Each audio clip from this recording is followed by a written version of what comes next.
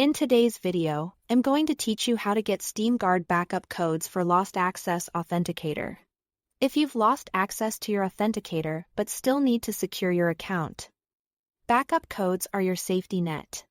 These are single-use codes that let you sign in when you don't have your mobile Authenticator handy.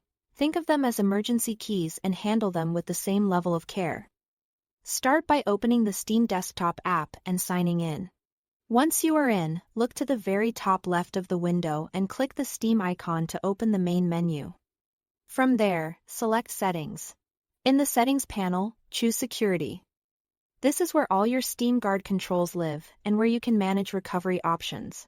Next, click Manage Steam Guard on the page that appears. You'll see an option labeled Get Backup Codes.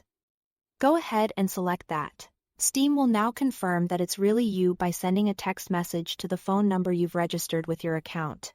When the SMS arrives, enter the code exactly as shown.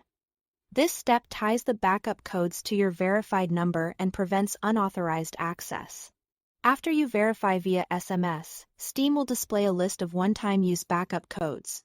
These are the crucial recovery tools you'll rely on if your Authenticator isn't available. Take a moment here to save them properly.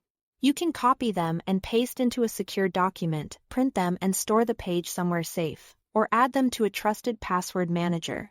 Whichever method you choose, make sure the storage location is secure and accessible to you when you need it. Avoid saving them in plain text on a shared device, or leaving them in screenshots that could be discovered. A few quick reminders to keep you protected. Each backup code can be used only once, so treat them like disposable keys. Once you use one, mark it as used so you don't rely on it again. Never share these codes with anyone and keep them separate from your main login details. If you prefer a physical copy, store it somewhere only you can access, and consider keeping a digital backup in an encrypted password manager for convenience. That's all there is to it. Thanks for watching.